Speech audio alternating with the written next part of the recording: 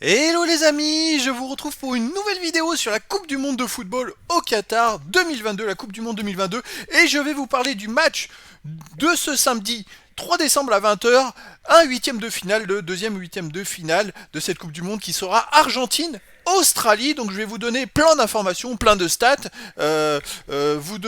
essayer de donner une tendance à ce match aussi vis-à-vis des résultats des deux équipes. Bref, je vais vous donner plein de news.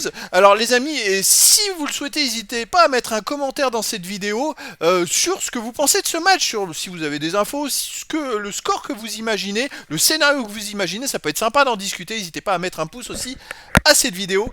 Alors c'est parti. Alors ce huitième de finale, l'Argentine a donc fini première de son groupe. C'est le premier du groupe C contre le deuxième du groupe D. Et l'Argentine a fini première de son groupe avec 6 points. Ils ont fait 2 victoires, une défaite. Et pourtant ils avaient super mal commencé.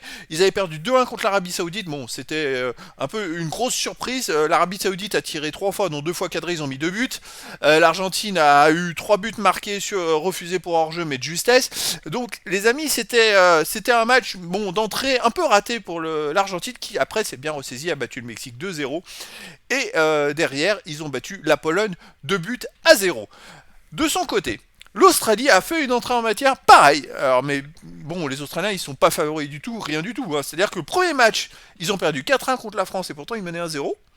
Et puis alors là, incroyable, ils ont battu la Tunisie 1-0 au deuxième match et ils ont battu à la surprise générale le Danemark 1-0 au troisième match.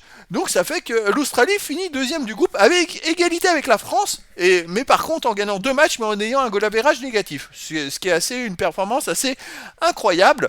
En tout cas, l'Australie a gagné son ticket pour les huitièmes de finale et affrontera l'Argentine. Alors c'est vrai que avant la dernière journée de poule, c'était vraiment pas imaginable d'avoir Argentine et Australie. L'Argentine était déjà pas premier de sa poule, pouvait même se faire éliminer, et l'Australie, on n'aurait pas pensé que l'Australie ne se qualifierait pas. Donc c'est une belle surprise. En tout cas, ça va donner 2 rencontres très intéressantes.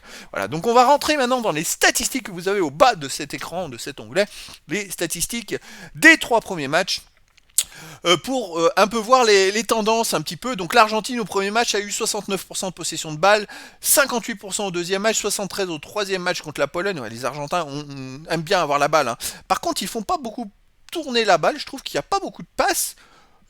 Si ce n'est contre la Pologne, 867 tentés, mais je me disais qu'il y avait peut-être pas autant de passes dans les 2 premiers matchs. Peut-être qu'ils ont joué un peu trop individualiste. Le premier match, avec 69% de possession de balle, c'est 15 tirs 6 cadrés, ça c'est quand même énorme.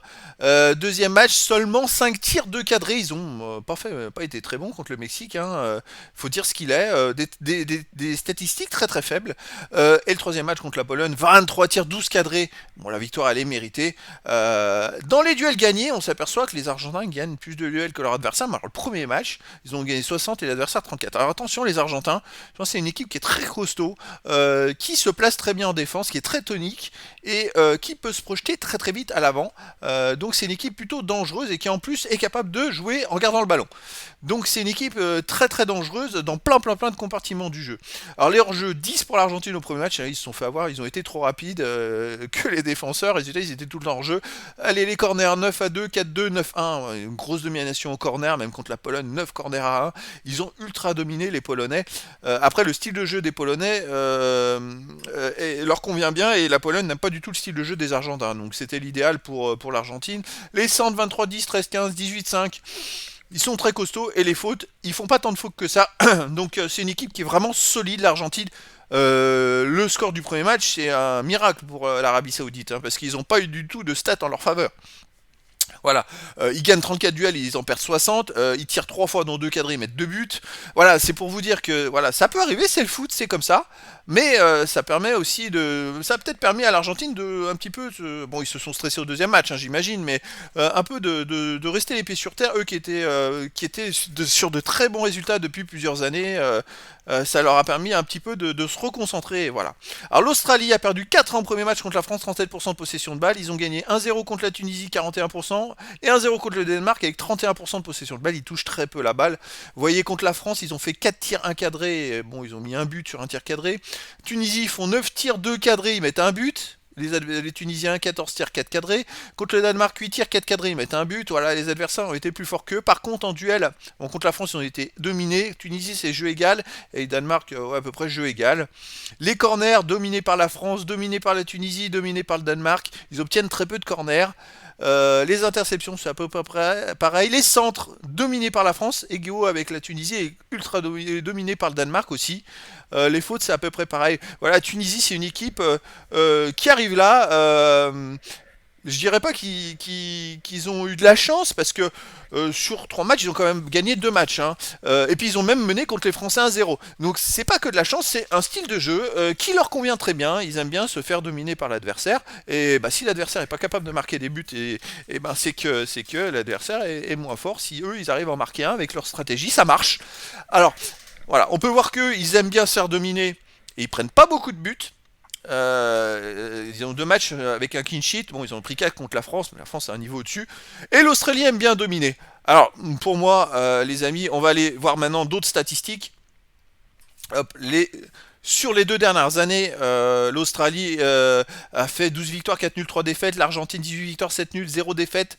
Elle était invaincue jusqu'à ce match contre l'Arabie Saoudite. Bah, franchement, je n'ose même pas voir s'il y a des affrontements communs ou pas. Ah, Australie-Pérou, est-ce que l'Argentine a affronté le Pérou? Argentine-Pérou, 1-0 pour l'Argentine, Australie-Pérou, 0-0. Bon, ça reflète rien. Là, l'Argentine est capable de faire de grandes choses. Bon, je pense pas que ça soit nécessaire de regarder les correspondances, voilà, entre les deux. L'Argentine prend 9 buts, vous voyez, en 25 matchs depuis 2 ans.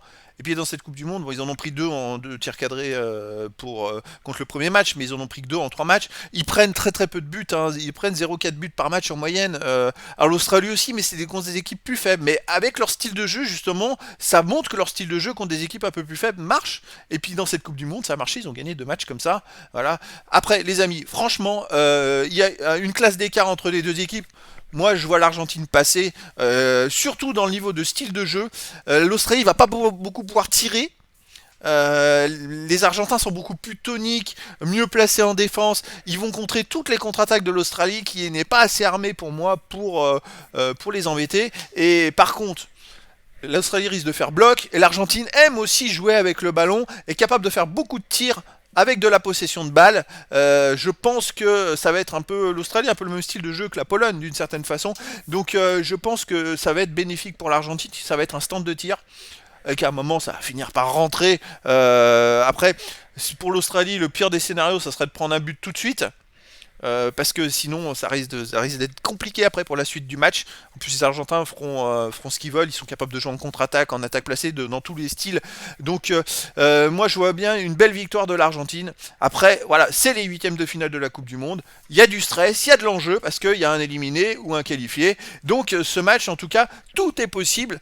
Mais dans le collectif, dans tous les facteurs de jeu, l'Argentine est largement supérieure. Donc elle a une possibilité, une probabilité de gagner ce match qui est largement supérieur à l'Australie. Voilà les amis, n'hésitez pas à mettre en commentaire de cette vidéo ce que vous pensez de ce match, le score que vous pensez. On va comparer et puis on va voir ce que ça va donner. En tout cas, je vous donne rendez-vous ce samedi à 20h pour ce deuxième finale de cette Coupe du Monde 2022 de football au Qatar. Argentine, Australie. Voilà les amis, je vous dis à très bientôt pour une nouvelle vidéo.